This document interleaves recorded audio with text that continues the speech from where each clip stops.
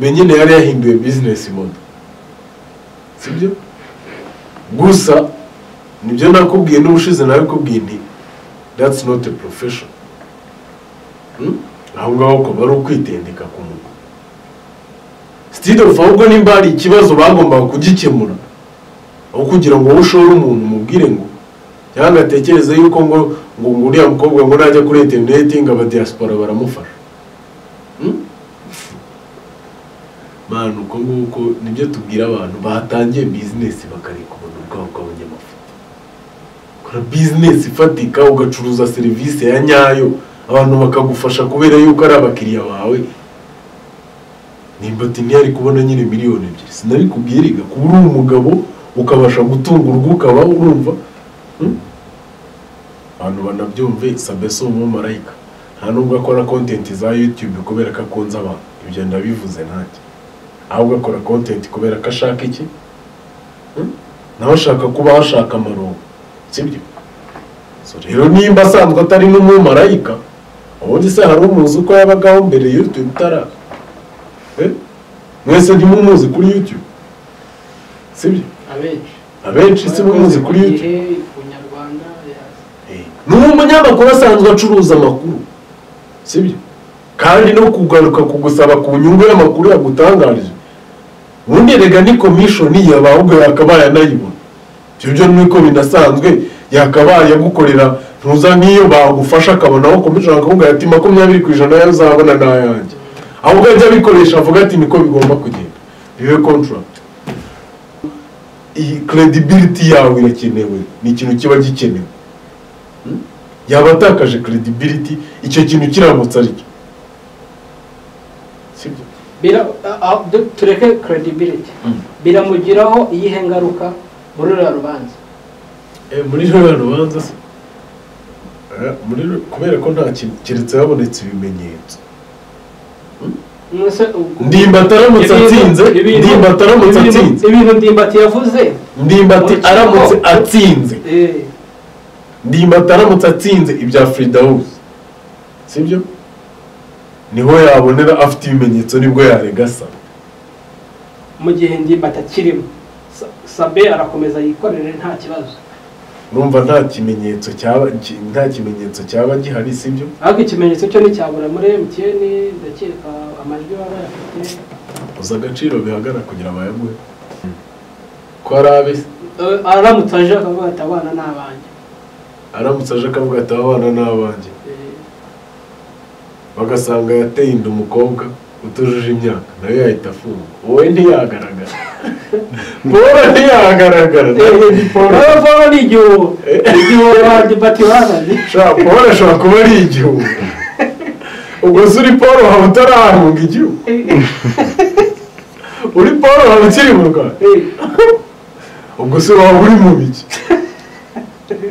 umuntu yemera rekarama ko yatujuje imyaka wowe ukahaguma Paul yahita afatwa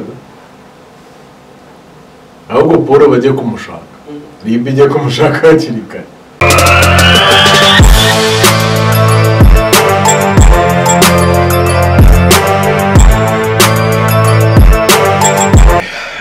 ndabashuje abantu bakurikiye 1K Hills Beauty nk'ibisanzwe mu guturuka muri Ivory Business Group ariko ubu hakaba hari n'indi project nyinshi turi gukoraho nk'ibisanzwe bari tuba turi mu kazi ushaka business gutangira business nta gitekerezo ufite ariko tugufasha kugira ngo ubone igitekerezo structure n'igitekerezo kandi tunakubwira ko gutangira business ntabwo ari big deal ahubwo ni big idea so it's not big deal, it's a big idea okay icyo tugiye kuganiraho rero tudatindiye yenda abadukurikiranye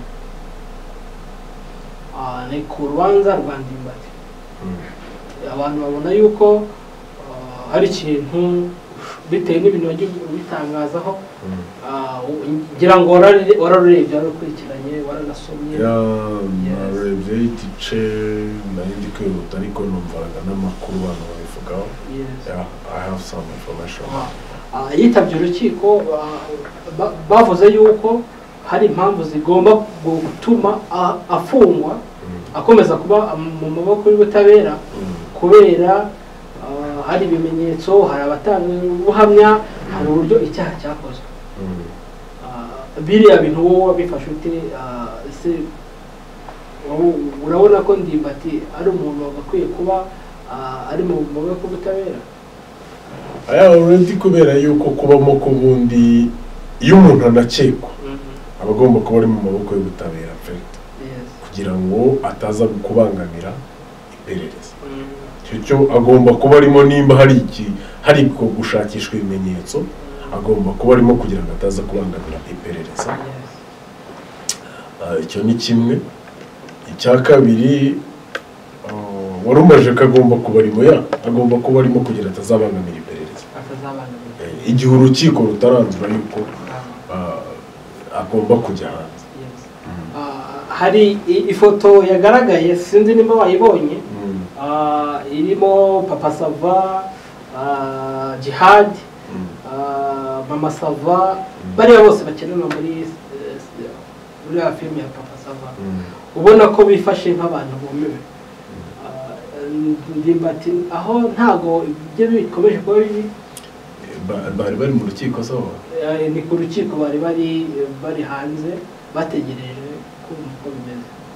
Ubundi already umuntu wese uzi icyo umunyururu ari cyo, ntago waba uzi ko umuntu afunzwe cyangwa ari mu kasho, ntavuga ngo wenda ari muri prison. Ntago aba ari ibintu bishimishije kuba arimo. Ikindi kuba hari ibyaha ashinjwa, buriya gufata Ndimbati wenda kuba hari role yakinaga ukamukura muri industry runaka, muri filime runaka, akavamo burundu, hari icyo ubutakaje. Yubatse brand, yubaka nawe ku yindi brand yawe, hari icyo ubutakaje. The principle rero ni ikishimwe nuko yagaruka akaba yasubira mu kazi wenda. So urumva rero nimba bari biteze yuko urukiko rwagomba kuvuga yuko wenda bari mu murekure, urumva yuko hagafatwa umwanzuro ko atari murekure, ari murekurwe, urumva nta cyari gutuma abantu bishima. Okay. Umukobwa yavuze yuko yasindishijwe, yahawe amarura, agasambanywa ku ngufu. Ariko Ndimbati atangira mu kwiregura yavuze yuko umukobwa yamuguze ku muhanda nk'indaya, akanamwishyura, nyuma hakabamo kiriya kibazo. Ese urabona ibi bintu kuki buri wese ari kwihugiraho kandi ari abantu bafitanye abana? Buri wese ari kurwanira inyungu ze, kandi uko bizagenda kose umwe narwanira inyungu ze, ikizabamo ni ikintu ko umwe azabihomberamo burundu. Ngubu birakweka ariko bigenda kugira ngo buri wese arwanire inyungu ze, kandi Ndimbati birakweka arwanire inyungu ze cyane kuko ari mu maboko y'ubutabera. Icyo yakora cyose ngavemo, icyashoboka cyose ngagikore kugira ngo avemo, yagikora. Niyo mpamvu nimba wenda kuvuga ati meze gutya na gutya, namuguze nk'indaya, yarigurishaga, sibyo? Nimba yarigurishaga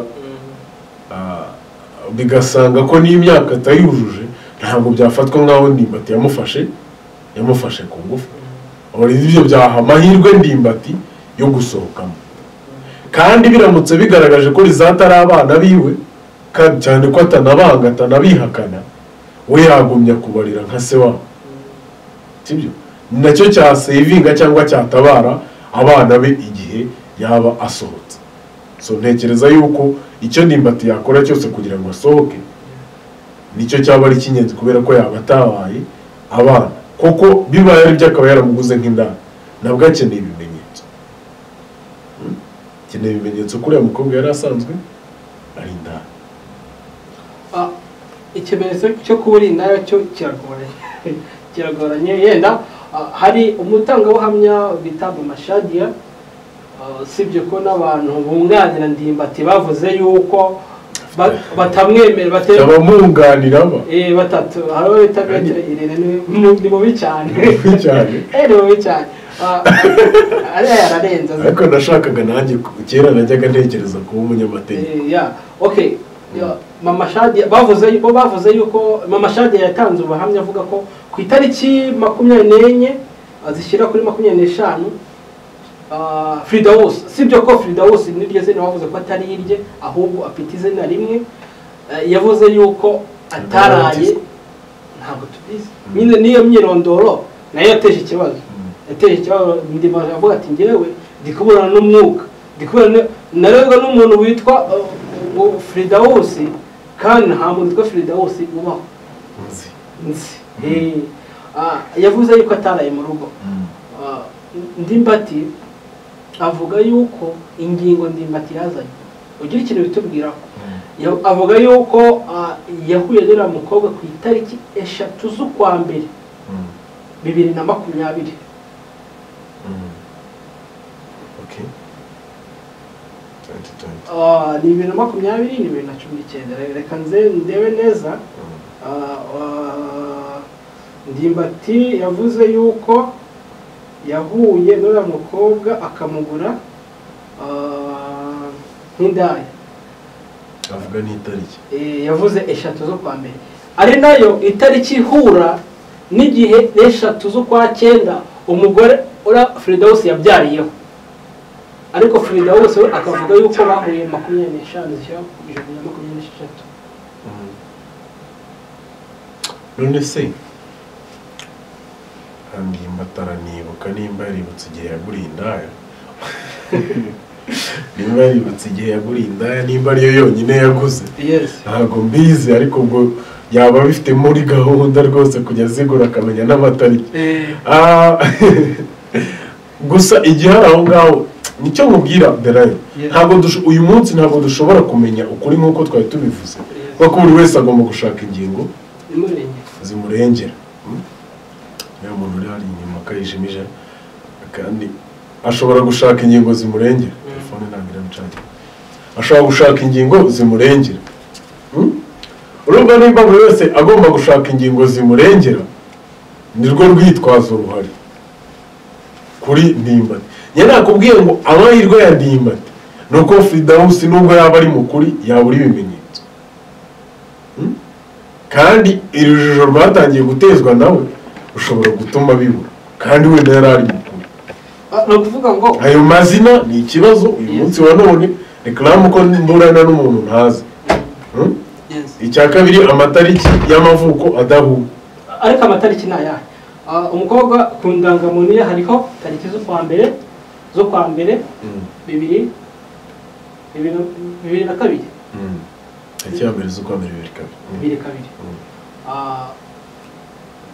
ise mu kiganiro yatanze yavuze ko yavutse tariki 7 z'ukwa gatandatu Fridaus we akavuga yuko yavutse kuri 24 z'ukwa 12 ko harimo diferanse nini se ariko aya matariki yose nayo mu mwaka umwe uko yenda arayo mu mwaka umwe nta kibazo ayo mu mwaka umwe nta kibazo ahubwo icyo tureba ni sibyo ubundi ikintu gisigaye ni kimwe buriya gishobora gutabara Ndimbati kandi nanone ni bibiri gusa bizaba bigoranye kubera yuko Ndimbati we yamaze kwemera ko yaryamanye nawe sibyo cya kabiri nuko bariya abana bazapimisha DNA niba konfirma ko abana n'abandi Ndimbati kubera rega nta nuko bamwanditse abana rega ngo yero nabahakanye niba rero yarabahakanye hashigaje gupimwa DNA niba pima DNA bagasanga abana ntibahura na Ndimbati ibyo abana bizaba bivuyemo sibyo azaba yarabamugiritse agazaitarekurwa kubera hazaba hakurikiye ikintu kivuga yuko yaryamanye n'umuntu kubera ko ibyo byarabyemera ntabwo abihakana ntabwo atujuje imyaka rero ntihazamo ako kantu ko atujuje imyaka ubundi ikibazo ngiye mbona kiracyari ku matariki y'umukobwa igihe yavukiye n'ubundi ariko kubera ko ari mu mwaka umwe still oya ariko itariki Ndimbati yavuze 3 z'ukwa mbere abaye umukobwa abaye umukobwa icyo gihe imyaka 18 yarayujuje ubwo nabwo tubaze ko kuri iriya tariki yanditse ku irangamuntu y'ukwa mbere z'ukwa mbere 2002 twaza ku itariki ya mbere kuri 3 z'ukwa mbere 2020 ubwo 18 yaba yuzuye 18 yaba yuzuye neza yaba yuzuye 2020 yaba yuzuye kuba bwiyuzuye ko nibwo yaba yatangiye nyine wa 18 kandi umwana abana bavutse tariki 3 z'ukwa 9 kuba amezi 9 yari yuzuye ko amezi 9 yari yuzuye ese ko yahakanye abana amezi 9 akaba yari yuzuye yavuze yuko ubundi Ndimbati yasobanuye yuko amaze kuryama n'uriya mukobwa hashize iminsi mikeya yamubwiye yuko ashaka gukuramo inda Ndimbati akamubwira ati ubwo twaryamanye yenda ashobora kuba yinjye abayiguteye sibyo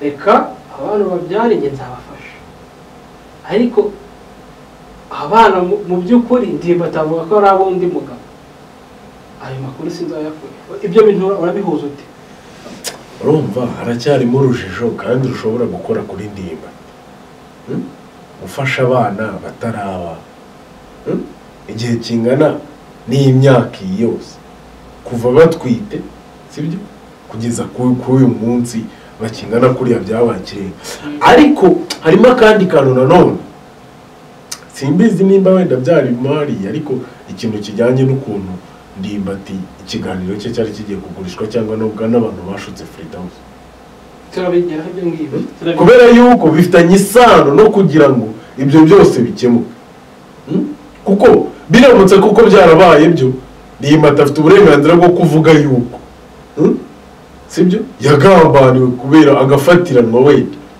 ku mpamvu z'uko yaryamanye n'umuntu nawe aba ari ingingo nziza yo kuvuga ati ngewe nanateye ubwoba kwanza kubera yuko umukobwa wenda atarazi imyaka y'akavuga ati nzagufungisha nutamfasha uriya muntu uburana iyo tuza guhura rwose ntabwo ari kwimugira okay en fait ikigomba kubaho cyo inkiko zigomba gukora akazi kazo ariko nanone ibimenyetso bikagaragara yuko koko abana atari abandi ase kubera iki ikibazo cy'umukobwa amazina bavuga nta gahura amatariki ntahura ibyangombwa by'uriya mukobwa ubundi uriya mukobwa ni muntu ki uko ubibona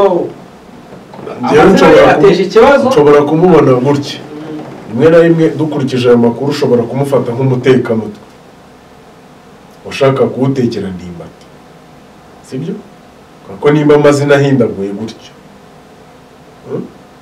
nawe ubwe ntabwo abizi akaba ari nk'umutekamutwe akifata nk'umutekamutwe washaka gushyira Ndimbati mu maso abiri sibyo ariko nanone twashyira hariya twagaruka tugasanga Ndimbati aremera ko bigeze kuryama sibyo amazina rege iyo tugeze imbere y'amategeko iyo hari izina ritanditse ku irangamuntu ryo ntiribarwa iryo nubwo ni nk'uko twaba tukwita nk'ubu se wajya kureba yasanga izina rya Roza ryanditse wenda tuvuge hari n'izina mfite ritari ku irangamuntu iryo ntabwo ribarwa imbere y'amategeko ariko abantu niryo baza muri cya kibazo rero harimo ikibazo cy'amatariki y'amavuko harimo n'icyo kibazo cy'amazina ariko noneho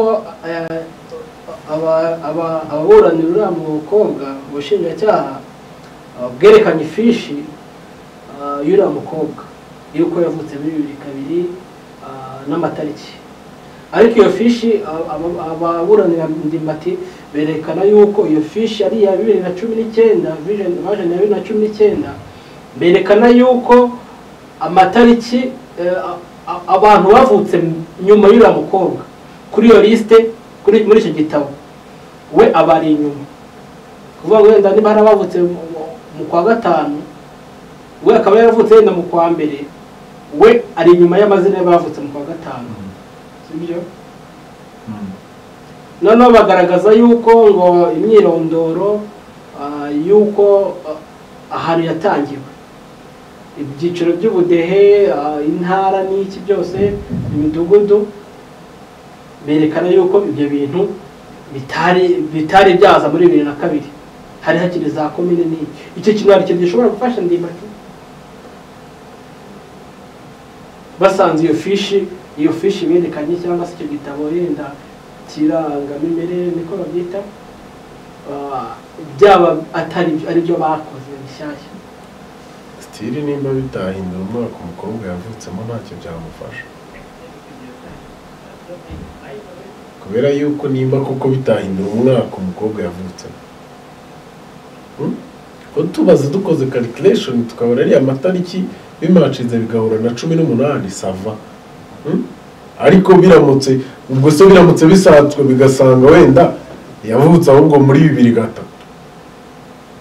yabigishyira Ndimbati mu kaga cyo twabaye prefera nuko byibura byaguma muri uwo mwaka niri tariki iri kwiranga umuntu akaba ari bo prefera noneho Ndimbati we akaba yatangaje ko muri 2020 ku itariki 3 cyo byaba bimufasha none biramutse bisanzwe yuko iri afishi cyangwa se ari impimba ari byo bashatse wumva nyine Firdausi nawe yahanwa kuko byabihamya yuko ashaka gufatirana umuntu ariko stili nakubwiye ntazazane nibajya mu rukiko bita nimba ruburanisha mu mizi bagomba gushaka DNA kareba nimba Ndimbati abana ara icyo nicyo kintu kizamukuramo cyambere nibasanga atarabi bagasanga n'imyaka yararenze nta kizaba gisigaye nukuvamo ko nta cyaha yaba ashinjwa kandi rero yagize umuntu konfirima ko yari indaya uriya mukobwa yari indaya gusa biragoye nyine nk'uko babivuze biragoye gukonfirima ko umuntu yari indaya atarigeze ajya hariya hanze gabyemere kiriya cyo ntabwo cyaba ari ikibazo cyo kuba Ndimbati yarese uriya mukobwa indaya ntabwo bishobora gukomeza urubanza ntabwo byarukomeza impamvu bitarukomeza rega n'ubundi impamvu bitarukomeza ni ukubera yuko iriya ni ingingo irengera Ndimbati iriya ni ingingo imurengera ntacyo byarukomeza ndetse byarukomeza y'icyo ubundi indaya siziba afite imyaka iri munsi ya 17 sibahari makuru umwuga w'uburaya bafite iyo myaka ntacyo byarukomezaho rwose tujya ku kindi Ndimbati yireguje yavuze ko umunyamakuru witwa Sabin Misimbi TV nyuma yo kumenya amakuru yuko Ndimbati ari umukobwa yateye inda idatujuje imyaka akaba atamufasha uko bikwiye yamuhamagaye akamwaka amafaranga agera kuri 2 miliyoni. Ndimbati yabona ayo mafaranga atayabona akavuga ati iyo nkuru yitangaza nta kibazo. Ubundi mbere yuko nanavuga ugiye gutuma mvuga ibintu byinshi mbere yuko nanavuga ikintu cya mbere uriya mukobwa ubundi ngo yari afite ibyifuzo yo mu makuru niyumviye hari nasinze aho nayakuye ariko arahari ahubwo yuko ngo yasabaga Ndimbati ibyo ngibyo Ndimbati yarabivuze yavuze 300 by'inzu. Yes. Sibyo? Yes. Amushakire n'umukozi wabyigiye wo kurera abana. Ibyo nibyo Ndimbati yatangaje. Sibyo? So kuba uriya munyamakuru nawe babizerega nta makuru acuruza. Sabin nyine yari yahinduye business model. Sibyo? Gusa nibyo nakubwiye n'ubushize nawe kubwiye nti that's not a profession. Aho ngaho ko bari ukwitendeka ku muntu. instead of ahubwo nimba hari ikibazo bagombaga kugikemura aho kugira ngo ushore umuntu mubwire ngo cyangwa atekereze yuko ngo uriya mukobwa ngo najya kuri internet ngo aba diaspora baramufasha. Manu uko nguko nibyo tubwira abantu batangiye business bakareka ubuntu bwabo bw'abanyamafuta. Kora business ifatika ugacuruza service ya nyayo abantu bakagufasha kubera yuko ari abakiriya bawe. Ndimbati ntiyari kubona nyine miliyoni 2 sinabikubwiriga kuba uri umugabo ukabasha gutunga urugo ukaba urumva. Abastari bo mu Rwanda batandukanye n'abastari bo muri Amerika. Sibyo biratandukanye. Umuntu ashobora kubazwa akabazwi ariko agihura n'ibintu bikomeye cyane kugira ngo abashe kubaka izina rikora amafaranga. Gukiye ku muntu w'amafaranga rero warangiza ukamwitendekaho ushaka indonyi. Ariko se koko buriya Ndimbati yavuze nibyo koko Sabin yaba yaramwatse miliyoni 2 urumva bishoboka? Umuntu we ni mugari yanazikwa. Reka wenda ngewe ndeke guhakana yuko humanity iriho uyu munsi wa none yerekana ko umuntu yakora igishoboka cyose ngo abone amafaranga. Sibyo? Dukurikije iyo factor rero ashobora kuba atarazimwatse ariko nanone ntabwo ayo makuru yaba yaravuye ahantu kubusa. Sibyo? Ntabwo ayo makuru yaba yaravuye ahantu kubusa my friend.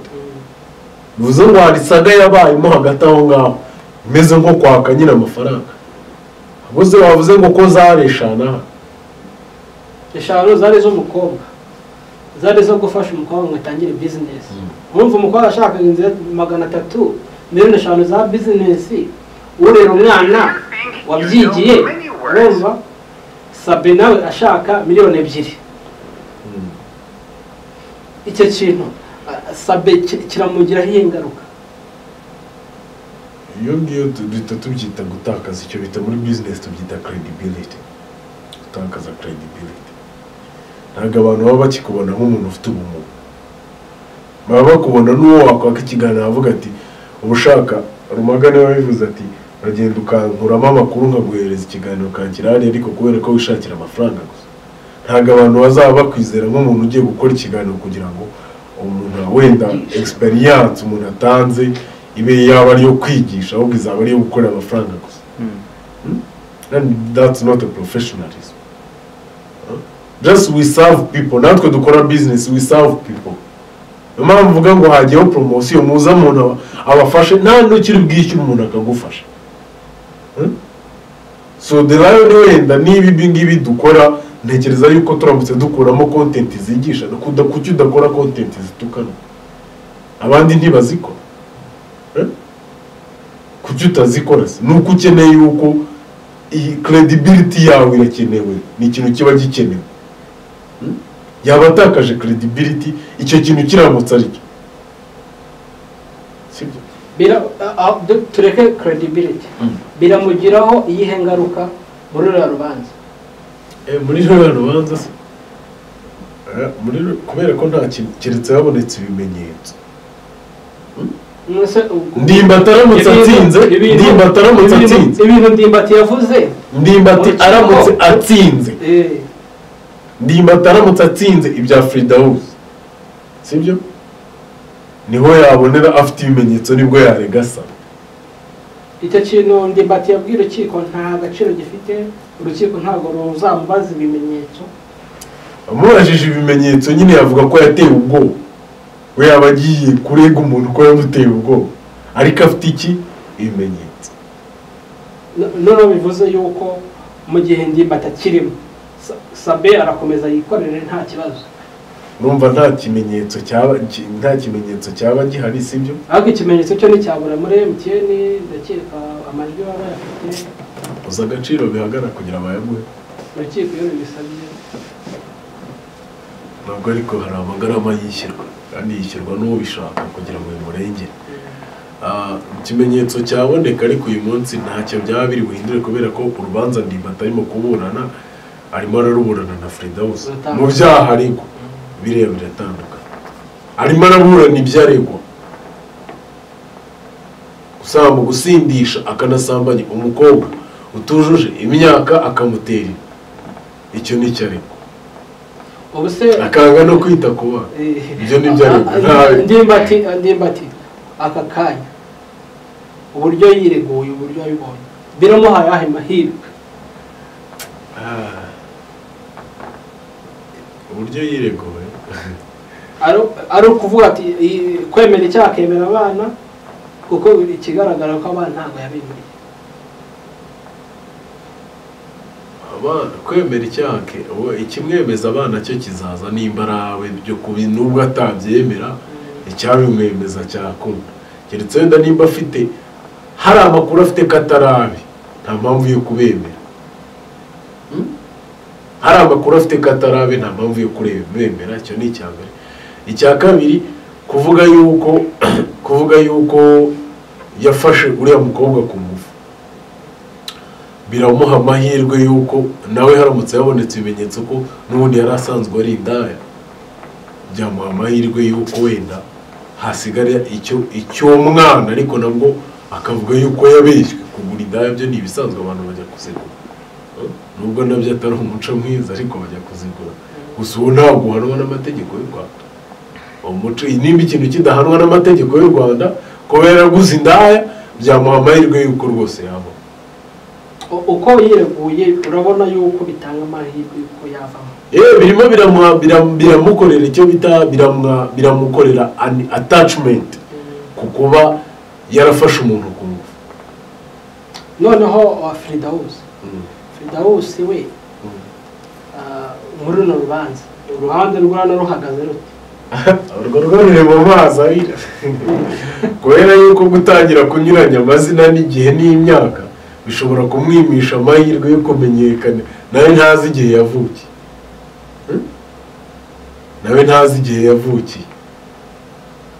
ibyo bintu byose ibyo bimenyetso byose by'amatariki n'ibyagiye bivugwa n'amatariki atangwa n'umubyeyi n'atangwa na Firidawusi ibyo biratangira kumwima amahirwe icya kabiri DNA n'izibura zabahombye zabura gute ntabwo zabura zibonetse se ubundi ntaba ari Ndimbati akaba ari umushoferi witwa Paul ahubwo se uwo mushoferi witwa Paul aramutse agaragaye ko arabe aramutse aje akavuga ati abana n'abanjye bagasanga yateye inda umukobwa utujuje imyaka nawe yahita afungwa wowe ntiyagaragara Paul ntiyagaragara Paul ni igihugu Ndimbati bazanye Paul ashobora kuba ari igihugu ubwo se uri Paul waba utarahunga igihugu uri Paul waba ukiri mu Rwanda ubwo se waba uri mu biki umuntu yemera rekarama ko atujuje imyaka wowe ukahaguma Paul yahita afatwa ahubwo Paul bajye kumushaka Niba ijya kumushaka hakiri kare ngira ngo nawe akorweho iperereza ko umuntu wangiyemo Paul ni umushoferi witwa Paul ese Firidawusi yigeze amuvuga niwe wanditseho abana se ko niwe wanditseho abana ifishi yo kwa muganga harya ubwo ngubwo nta mazina atazwi nimero yanditse ku ifishi yo kwa muganga kariya Ndimba bivuze ngo Paul na Ndimbati baraziranye ni abafatanyacyaha mu kujujumbya umuntu hari ikivugwa ko umukobwa noneho yagabanyije imyaka no gushaka indonke biriya aba yarayigabanyije no gushaka indonke biramugiraho iyo ngaruka iyo ngaruka se n'undi ko yari asanzwe nta kindi kintu bimubuza ntayo byamugiraho Ndimbati se arakomeza atunga abana batarabe se uzanye yarabatunze oya ubu noneho yamwigaritse yuko buriya Ndimbati cyari gitumye abatunga ni iterabwoba ryo kwanga gushyirwa hanze ko yabyaranye n'umuntu ese ko bivugwa yuko Ndimbati ari wateye ubwoba Ndimbati yateye ubwoba atewe rega biramutse bisanzwe ko abana atarabe byaba bigaragara yuko Ndimbati noneho we yateye ubwoba avuga ati ngewe nugira gutya nutamfasha urumva nzabivuga ko wanteye inda kandi akaba azi yuko public figures byamwangiriza izina, icyo kintu cyatuma bikavaringa cyonyine. Yaba ari prank aka kanya umuryango wa Ndimbati uramutse utanze ikirego ukarega Sabin, aka kanya Sabin yakurikiranwa ukamurega nk'iki ko yatse ruswa, yateye ubwoba, yatse ruswa Ndimbati akurikiranwa, ariko ntabwo nabyemeza kubera yuko hari impamvu nyinshi, ibimenyetso wenda bishobora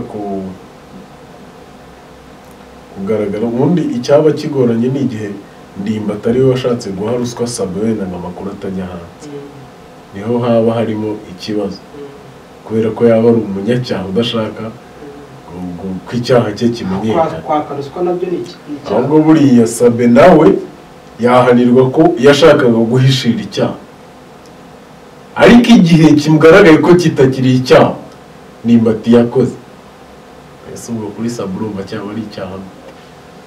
Yaba ari amakuru y'igihuha yashakaga guhishira yaratse amafaranga miliyoni 2 cyangwa se inkuru yanyishyire hanze, si yayishyize hanze se bikagaragara ko iyo nkuru atari ya nyayo, ntacyo byaba bikimaze. ni ukuvuga ngo Sabin ni umwere, si umwere muri sosiyete, si umwere muri sosiyete, si umwere, ariko ku cyerekezo y'amategeko yaba ari umwere, ariko muri sosiyete si umwere, kubera ko niyo abamo ntabwo aba mu mategeko, aba muri sosiyete, ahubwo se atuye mu bitabo.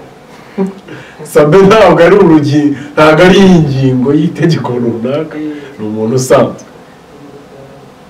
Erega sosiyete n'amategeko biratandukanye, n'uburyo duca imanza biratandukanye. N'ubu twavuga ngo Ndimbati ntareke gufungwa nimba abana ari abe, sibyo, n'umukobwa atujuje imyaka, ahubwo afata inshingano yite ku bana. Twebwe muri sosiyete niyo humanite yakabaye inakoreshwa, ariko amategeko sikabitekereza. Icyo gihe Ndimbati nafungwaho abana barabaho gute? Barabaho ko Imana ibishaka. Natwe twagiye dukura ba papa bacu barapfuye nta kibazo, barabaho nyine. Ntago kubaho ko umuntu ubwo ntago biterwa n'uko ndahari. Ari abenshi babihakanye barakuze, kandi ibyo byo ntago twamenya hazaza uko byagenda. Abagira neza nyine bazabafata, nese ubafunzwe ntibari, hari ubwo Ndimbati arimo gutanga ihazabu, si bariho se baragundura nk'uko babaye, ahubwo se bakiri kwa Ndimbati baracyari amafaranga babahaye. Arayo babaye ibyo byose nta bantu babohereje kubera ibyago biteye agahinda abantu benshi. Ntabwo mbitekereza ko ari ayo bohereje, mbitekereza. Kandi iyo target yenda ngo bakoze ikiganiro bafite kugira ngo aba diaspora ntabwo yagezweho, bemeza ko itagezweho iriya target. Ariko ko bajya bakunda kuvuga ngo Sabin bakora ibiganiro ngo byo gutabaza, byo gufasha abantu, ngo ariko ngo nyuma n'ibyo njya numva inyuma ngo bashaka kuyirira ibyo bintu, kuko yabikora. Sabin ntabwo ari umumarayika, abantu banabyumve. Sabin si umumarayika, nta nubwo akora content za YouTube kubera ko akunze abantu, ibyo ndabivuze nanjye. Ahubwo akora content kubera ko ashaka iki, nawe ashaka kuba hashaka amarongo, sibyo? So rero nimba asanzwe atari n'umumarayika, ubundi se hari umuzi uko yabagaho mbere YouTube itara? Mwese ntimumuzi kuri YouTube, sibyo? Abenshi si mumuzi kuri YouTube. N'umunyamakuru asanzwe acuruza amakuru, sibyo? Kandi no kugaruka kugusaba ku nyungu y'amakuru yagutangarije, ubundi rega ni commission yaba ahubwo yakabaye anayibona. Ibyo niko binasanzwe, yakabaye gukorera ntuza niyo bagufasha akabonaho commission akavuga ati 20% yayo uzabona nayanjye, ahubwo ajya bikoresha avuga ati niko bigomba kugenda, bibe contract. Gutangaza amakuru y'akamafaranga, oya naza akagutangariza amakuru abantu bakagufasha ari buboneke. Ubwo niyo target inyi nuje kumureba, niyo target yari igamijwe. Hanyuma 20% yaje umwe ayaje 20%, ahubwo abigira official nimero uko. abigira official nimba ruko abigira official ni iki uza kubona noneho uza kubona muri media y'u Rwanda media y'u Rwanda ari kiri kubaka cyane media y'u Rwanda okay ntago byabura de nayo burya mu bintu byose habamo ibintu byose abantu bose habamo abantu bose ibyiza n'ibibi birajyana media kandi noneho yo ikikora cya mbere no gutangaza amakuru akenewe n'adakenewe yose yashyira hanze ku kigero kingana akenewe n'adakenewe ku kigero kingana so ibyiza n'ibibi rero bivuze ngo nabyo biba bigira gute biba bijya kubavariye gusa icyo tumenya ni amakuru uko abantu babayeho ibyiza byo rwose media y'u Rwanda iri kuzamura ni byinshi kako nubwo yakwaka amafaranga yagutangarije ariko ukaba wafashijwe sawa hari icyo yakoze wese n'ubundi kutarayatangaza ntacyo wungutse nta n'uwari wagufashije nuko utanuzwe so hari nuza wenda zikeneye kujya gukorerwamo professionalism ariko no mu bitangazamakuru mpuzamahanga byose ibyo izo defuzo zibamo kubera ko n'abantu bakora itangazamakuru twazaruhuka igihe amarobari yakora itangazamakuru kandi zishoboka sozi kiganiro tugende sozi kiganiro reka dusoze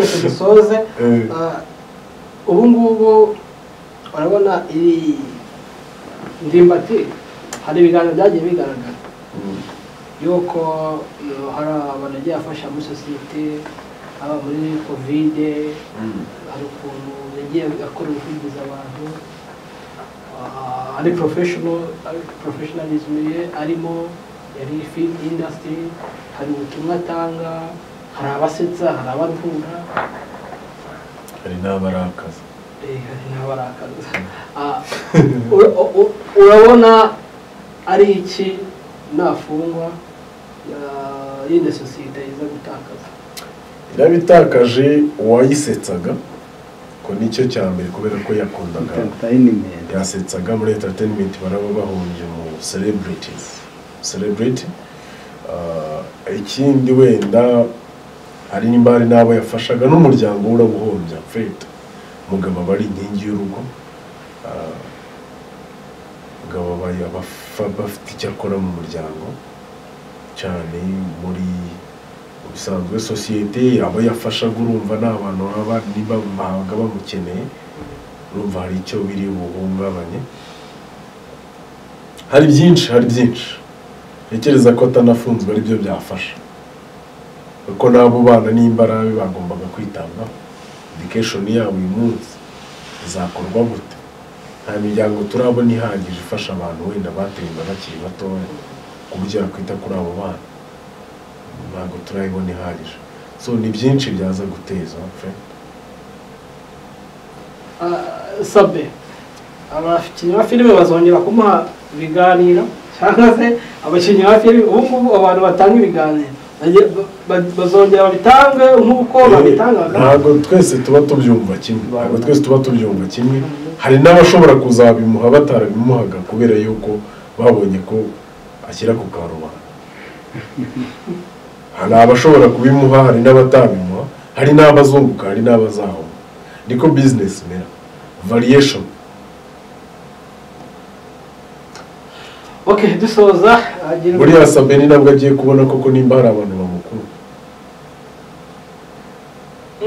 bizere ko ari amakosa yakoze sawa kandi buri muntu wese akora amakosa hari ikosa yakoze nyine hari ababibona ko ari ryo yakoze abaye yaratse amafaranga njye nicyo nabara nk'ikosa naho gushyira amakuru hanze bibaye ari byo nta kosa yakoze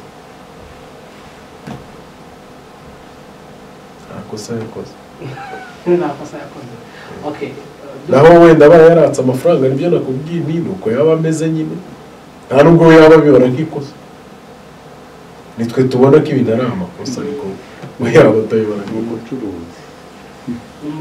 Okay, dusoza yewe tumutanga undi twigendere abantu bakurikirana 1K Hills Beauty nk'ibisanzwe nyewe ubutumwa bwanjye butanga kuri business abantu bakomeze ubu ngubu isi turimo n'isi uyu munsi ya business and fate, cyane ko abantu bakeneye gutera imbere, abantu bakeneye kuva mu bukene, abantu bakeneye kuva kuri babona yuko ufite ikibazo wishyurira umwana ku ishuri akarangiza akabura icyo akora, ku rundi ruhande ntagire byinshi.